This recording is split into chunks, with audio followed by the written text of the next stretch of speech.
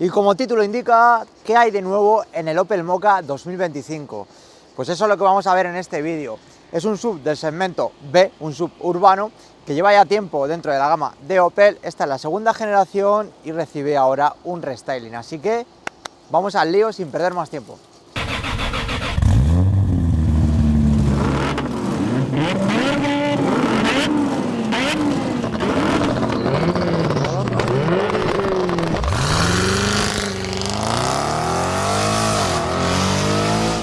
Y aquí estamos loadingueras y loadingueros con el nuevo Opel Mokka 2025. Vamos a empezar primero por el exterior, qué diferencias hay, pero antes os quiero comentar medidas. Es un coche que mide 4,15 metros de largo, 1,79 de ancho, 1,51 de alto y su distancia entre ejes o batalla es de 2,56 metros. Un coche que parte de los 24.350 euros en su versión de gasolina y acabado más básico, dos acabados, Edition y GS. Si pasamos al GS son 1.500 euros más en comparación con el Edition, y en este caso vamos a probar la versión 100% eléctrica y además con el acabado tope de gama GS.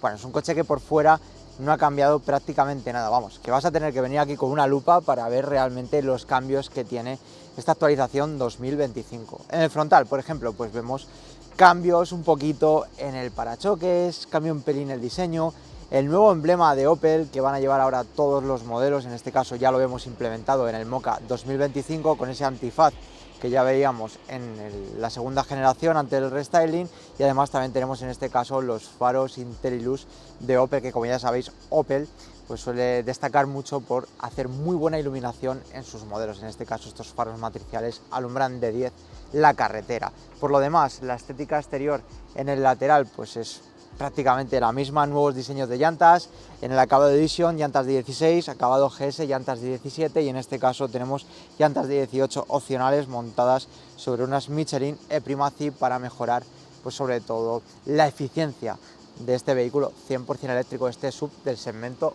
B.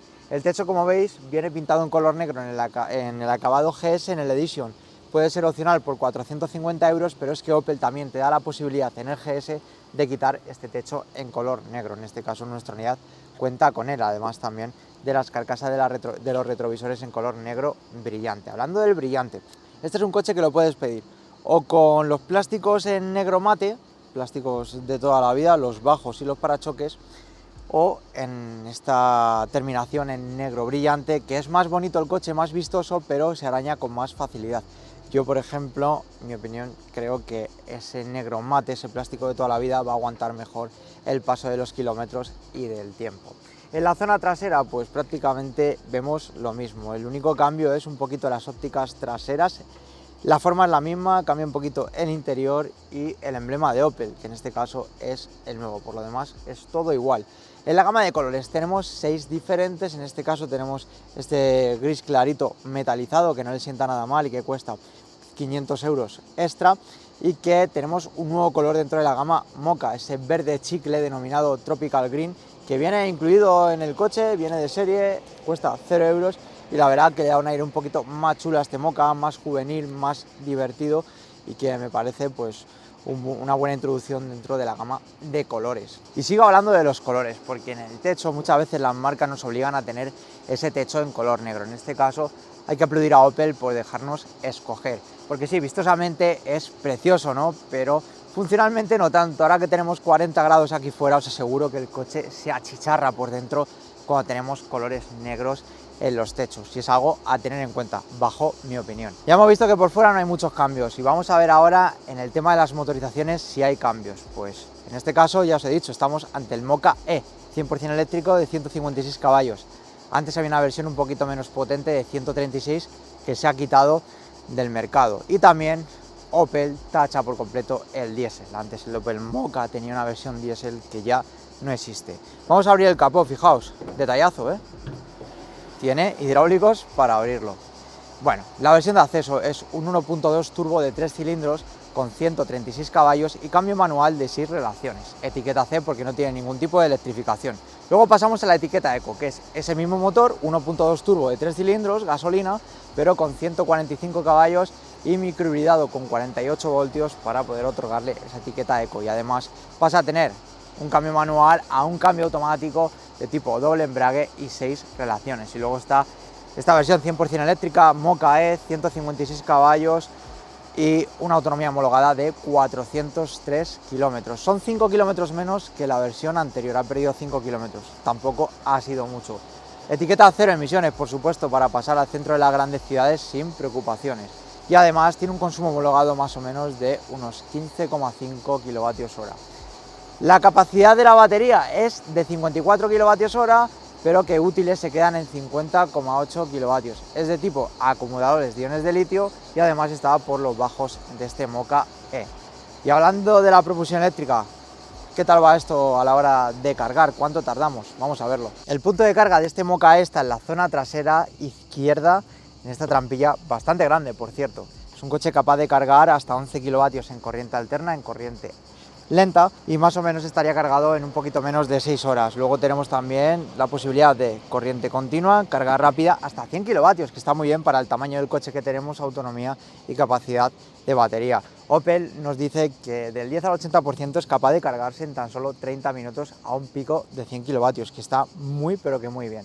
Ya sabéis que aquí en Loading Cars tenemos 3 patrocinadores oficiales, uno de ellos es Radon Tech, que con este cargador portátil que nos permite llevarlo aquí en el maletero de este Mokka E, llegar por ejemplo a nuestra parcela, enchufarlo a un enchufe de casa de toda la vida y convertir la corriente de 2,3 a 3,6 kilovatios, lo podemos regular. Tenemos también un temporizador, un cargador que la verdad que aguanta muy bien el paso del tiempo, el calor, el frío, si lo pisamos, si le echamos agua, la verdad que está genial, es muy resistente y nos permite sacar todo el juego a las versiones electrificadas de los modelos. Un cargador que tiene 6 metros de largo, este PC200, y que además tiene un diseño bonito. Lo que nos va a permitir con este cable tan largo es que si tenemos el enchufe un poquito alejado, pues llegar hasta el punto de carga del coche y no tener problemas para cargarlo. Punto de Carga Madrid, nuestro patrocinador oficial, que son instaladores de puntos de carga en toda la Comunidad de Madrid y alrededores. Con nosotros tenéis un 5% de descuento con el código LOADINGCARS y la verdad que son expertos en instalar punto de carga en tu casa, en tu parcela, donde sea. La verdad que trabajan muy bien y la verdad que tardan muy poquito en instalar el punto de carga, que es algo que siempre se agradece. Y fueron ellos quienes nos instalaron nuestro Velo Homey, tercer patrocinador, Velo Energy, con este cargador Velo Homey que nos permite cargar hasta 7,4 kilovatios nuestros vehículos, dependiendo también de la potencia que tengas contratada en casa. Y la verdad que con este cargador que tenemos instalado en nuestra plaza de garaje, lo dejamos cargando por las noches y llegamos al día siguiente y tenemos pues la máxima autonomía posible para ahorrar mucho dinero, sobre todo pues a la hora de tener la electricidad a un precio muy barato, muchísimo dinero en combustible te ahorras. Es lo bueno de las propulsiones 100% eléctricas, como es el caso de este Mokka E. Y ahora vamos a ver las novedades del interior de este Opel Mokka. Destacar que a la hora de acceder como que tenemos que subir mucho la pierna y algo el piso como que queda un pelín más abajo. No sé, es una manera de entrar un poquito extraña y que no he visto en muchos coches. Hay que adaptarse a ello. Por aquí dentro pues no vemos muchas novedades, el salpicadero es el mismo, la consola central, todo es prácticamente igual exceptuando el volante, que es completamente nuevo, con el nuevo logo de Opel, con mandos físicos para sistema multimedia, ayudas a la conducción y la verdad que tiene un cuero bastante agradable al tacto, con unas costuras bien marcadas. Parte inferior achatada, parte superior un poquito achatada, no tanto como la parte inferior. La verdad que es un volante moderno, mucho más moderno que el que tenía antes, que ya llevaba Opel instalándolo varios años en modelos anteriores y la verdad que en este caso se ha actualizado bastante. Delante de la caja de cambios teníamos unos botones para activar o desactivar ayudas a la conducción, sistema start-stop, se han eliminado y ahora está todo dentro de esta pantalla central. Como veis, las calidades son idénticas, plástico duros en las zonas inferiores e intermedias y la parte más alta del salpicadero tiene goma acolchadita. Las puertas, plástico duro, menos una zona intermedia que lleva un símil de cuero de buena calidad, todo tiene un anclaje correcto y la verdad que es un coche correctamente construido. Y por lo demás, como estáis viendo, pues no hay cambios. Las pantallas son de 10 pulgadas, sí que ha cambiado un poquito la interfaz. En el sistema de la instrumentación vemos un montón de parámetros con diferentes menús y para todo el tema del diseño. Y la pantalla central de 10 pulgadas también tiene una nueva interfaz, la última interfaz que vemos en los últimos modelos de Stellantis, ¿no? La más moderna. Y bueno, es una pantalla que me parece un poquito lenta a la hora de pasar de menú a menú. Y bueno, es algo que sí que le achaco un poquito a esta pantalla. Por lo demás tiene un montón de menús para ayudas a la conducción, tiene mapas en este caso, que ahora os voy a contar el por qué tiene mapas, donde vamos a poder ver los puntos de carga más cercanos, disponibles, podemos avisar de radares, tiene Apple CarPlay, Android Auto de manera inalámbrica, que eso está muy bien, y el climatizador tiene partes que tenemos que tocar de aquí dentro y partes por aquí fuera con botones físicos, algo que me ha encantado. Una cosa, en este Opel Mokka tenemos un paquete que se llama Tecnopack, que por 2.300 euros es súper recomendable de instalar. Nos viene con acceso y arranque sin llave, control crucero adaptativo, el aviso del ángulo muerto, cámara trasera, tenemos también control por voz, los mapas, que por eso decía eso de los mapas. También tenemos, por ejemplo, el cargador inductivo para los móviles que lo tengan disponible, la cámara trasera, que no sé si os lo había dicho ya, y también tenemos un volante calefactado. Por 2.300 euros hacemos que este Opel Mokka venga mucho más equipado. Os sigo comentando que el climatizador sigue por aquí, es monozona, tiene botones físicos para todo, exceptuando para la salida del flujo de aire por donde queremos que salga, que tenemos que hacerlo desde el menú del climatizador, desde aquí dentro. Por lo demás, pues está muy bien, es un coche funcional y al que no te vas a tener que estar adaptando durante un montón de días para saber cómo funciona todo el coche. En este caso es un poquito más sencillo. Por aquí la carga inalámbrica, el cambio automático, freno de mano eléctrico, muy bien.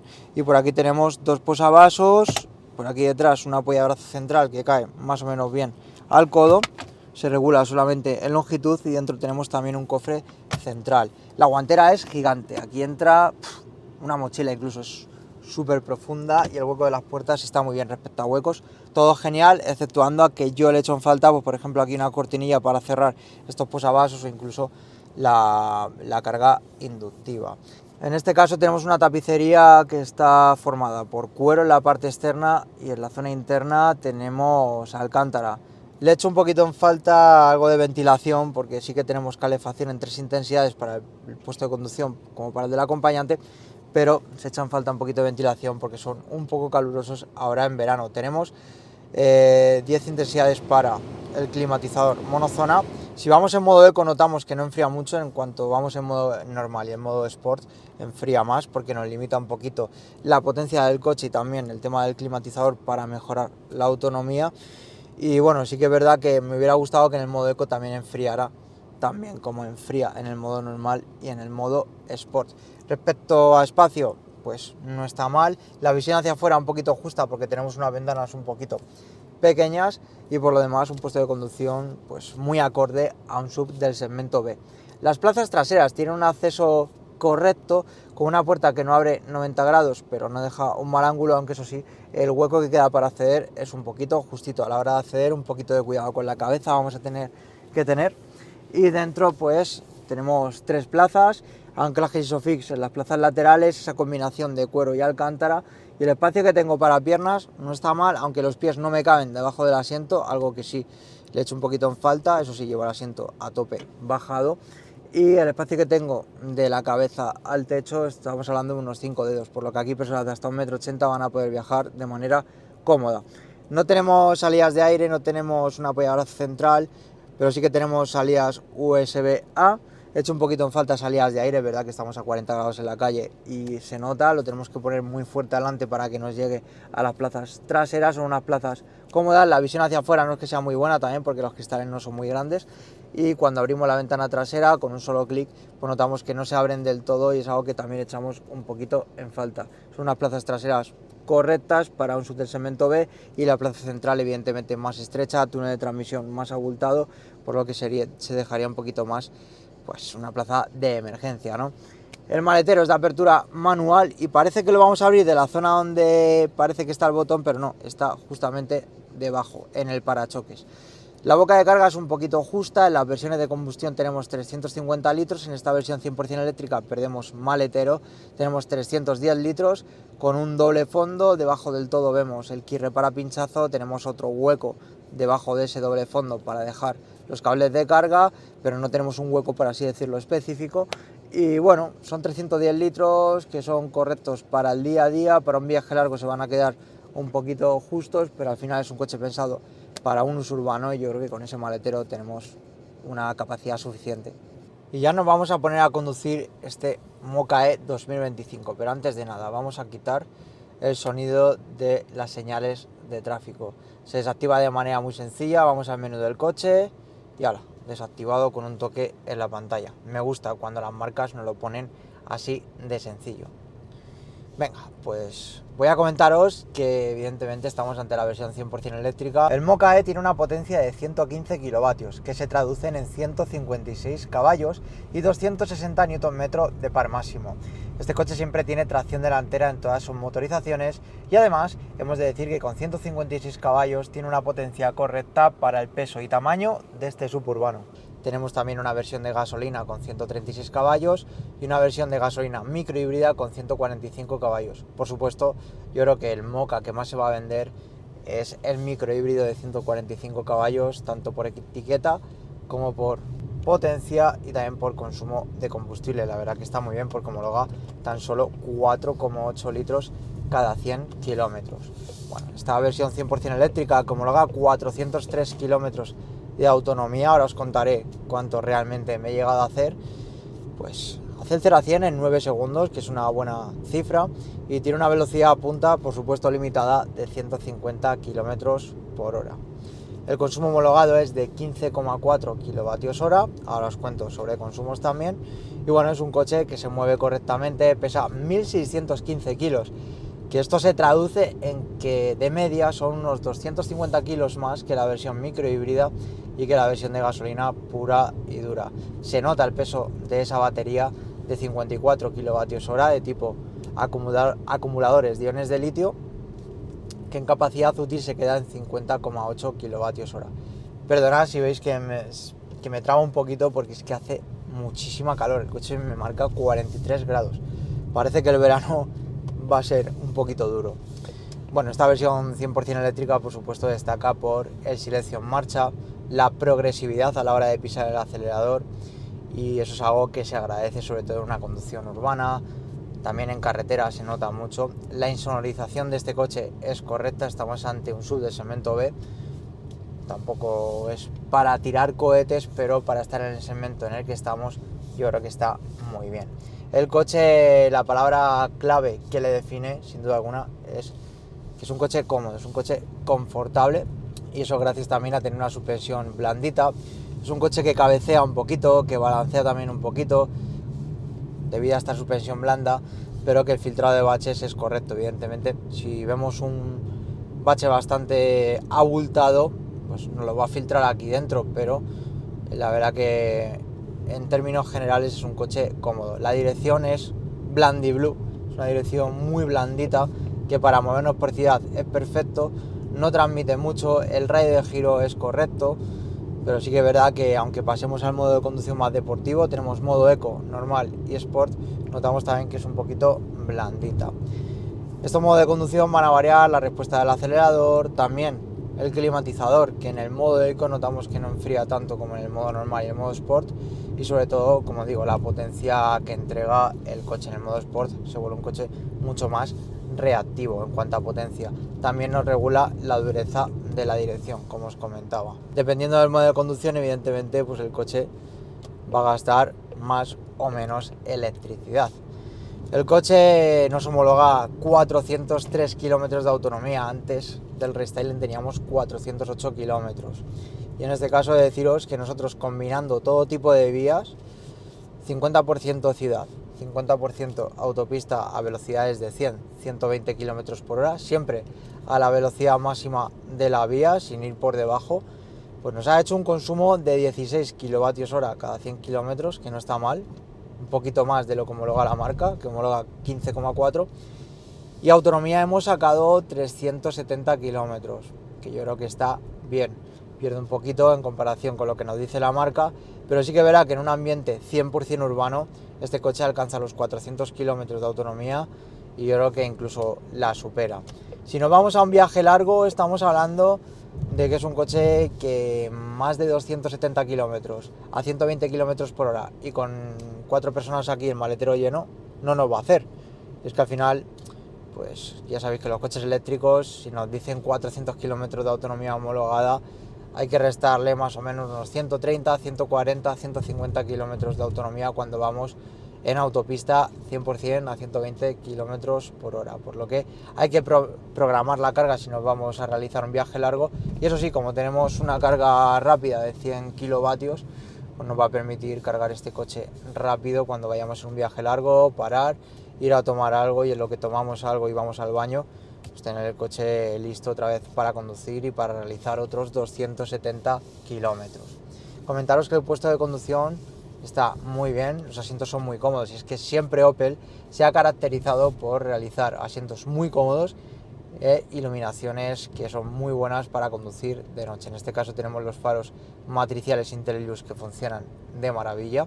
De hecho, yo tengo un Opel Astra del 2019 con faros IntelliLux y la verdad que son una auténtica pasada, porque lo que va a hacer es que va a crear sombras dependiendo de la situación del tráfico, y va a hacer que siempre que se pueda lleve la larga puesta para que veamos muy bien lo que está pasando en carreteras, sobre todo muy oscuras.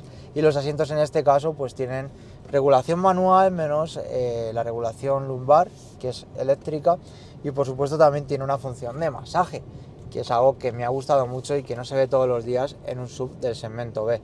Sí que verá que solo tenemos una función de masaje, una única intensidad, pero bueno, sí que verá que pues mejora la experiencia de conducción, ¿no? Evidentemente no nos duerme, pero hace que, bueno, vayamos un poquito más cómodos. Como decía, el coche es súper cómodo, por esa suspensión blandita, dirección blandita. Ahora os voy a hablar un poquito del sistema de frenos. Tenemos discos ventilados delante, en el eje delantero, y discos traseros convencionales, no tenemos tambor. El tacto del pedal del freno es esponjoso y se nota bastante, sobre todo porque pisamos un poquito el freno, y ahora mismo estoy pisando un poquito y como veis no freno nada, tengo que pisar más a fondo para que frene. Pues comentaros que el primer recorrido del pedal siempre es para todo el tema de regeneración de energía, y ya cuando pisamos más a fondo actúan los discos de freno, los 4 discos de freno, pero notamos que es un poquito esponjoso y es algo que no me ha gustado del todo. La caja de cambios, por supuesto, automática, una sola marcha, tiene el modo D de drive y el modo B de brake. ¿Qué va a hacer el modo brake? Pues que nos va a retener un poquito más y va a hacer que no pisemos tanto el pedal del freno, ahorremos en pastillas y en discos, y bueno, no se convierte en un único pedal, como le suelen llamar, no se conduce con el pedal del acelerador solo, pero sí que hace que el coche retenga mucho más, y a la hora de llegar a semáforos, atascos, al coche que tenemos delante, pues podamos ahorrar, como os digo, en pastillas de freno y discos. En el modo D de drive, pues el coche la verdad que es como un coche de gasolina, un coche de combustión, que va a hacer que el coche pues no retenga prácticamente nada y funcione con la inercia. Por cierto, la suspensión trasera no es independiente, es un eje rígido, y bueno, eso se nota un poquito, sobre todo a la hora de conducir en una conducción un poquito más dinámica. Deciros que el coche entra por curva correctamente, va muy bien, de hecho el eje trasero está un poquito suelto, y cuando soltamos gas pues hace que el coche redondee un poquito la curva, pero al final es un coche enfocado para la familia, para un ambiente urbano sobre todo, y no creo que el usuario de un Opel Mokka E se vaya a ir pues a realizar una conducción un poquito más deportiva, ¿no?, en una carretera de montaña. La visibilidad hacia afuera pues es un poquito comprometida, como suele pasar. El Opel Mokka está diseñado principalmente para un uso urbano y familiar. Ya no lo está diciendo el control por voz. Vale, comentaros que el tema del acristalamiento pues es un poquito pequeño, como suele pasar en muchos sub del mercado. Para mejorar la estética por fuera acuden a unos cristales pequeños, eso se nota. El pilar A es un poquito ancho, la visibilidad hacia afuera es correcta, pero no es la mejor del mundo. La posición más baja del asiento yo veo el capó, y en la parte trasera pues con esa luneta trasera un poquito pequeña no se ve muy bien lo que está pasando detrás, pero siempre tenemos ese pack Tecno que es súper importante instalar en este Opel Mokka, esa cámara de visión trasera que nos va a mejorar pues el aparcamiento, con sensores de aparcamiento también, tanto delanteros como traseros, y también nos hace como una simulación de lo que está pasando alrededor del coche para que a la hora de aparcar sea todo mucho más cómodo. Un pack que yo sin duda alguna lo instalaría en un nuevo Opel Mokka. Y en definitiva, se trata de un SUV del segmento B, cómodo, con un diseño muy bonito por fuera, con esta propulsión 100% eléctrica que, teniendo cargador en casa, y si lo tenemos por ejemplo como coche de movernos en el día a día, vamos a ahorrar muchísimo dinero en combustible, que queremos un coche con etiqueta eco y olvidarnos del tema de la carga, pues siempre tenemos esa versión microhíbrida, una versión de gasolina pura y dura con etiqueta C. Yo creo que tenemos propulsiones para todos los gustos y como os he comentado antes, ya Opel tacha por completo la versión diésel, y es que poco a poco vemos como las marcas en sus modelos van quitando las versiones diésel. Al final son para un público ya muy específico debido a los sistemas anticontaminación, el AdBlue, pues son motores que están pensados para que hagamos muchos y muchos kilómetros en carretera sobre todo. Y bueno, al final pues han visto que en este Opel Mokka no tenía mucho sentido tener una versión 100% diésel y han decidido retirarla del mercado. Yo creo que es un acierto, sin duda alguna. Y bueno, chicos, llegamos al final de la review en este día tan caluroso con el Mokka E, esta versión 100% eléctrica del suburbano de Opel. Como os decía al principio del vídeo, ¿qué hay de nuevo en el Mokka 2025? Pues la verdad que hay pocos cambios, como habéis visto, pero bueno, lo sigue manteniendo actualizado con un producto que estéticamente es precioso, como prácticamente todos los coches del grupo Stellantis, aunque eso sí, el precio de esta versión Mokka E es un poquito elevado. Estamos hablando de que parte de los 32.800 euros y nuestra unidad, con todos los extras que tiene y todo el equipamiento posible, pues hablamos de 35.000 euros, un precio para mi gusto un pelín elevado teniendo en cuenta la autonomía que tiene este Mokka E. ¿Y a vosotros qué os parece el Opel Mokka? ¿Qué versión elegiríais? Os leo aquí en comentarios y nos vemos en la carretera, en el campo o donde sea.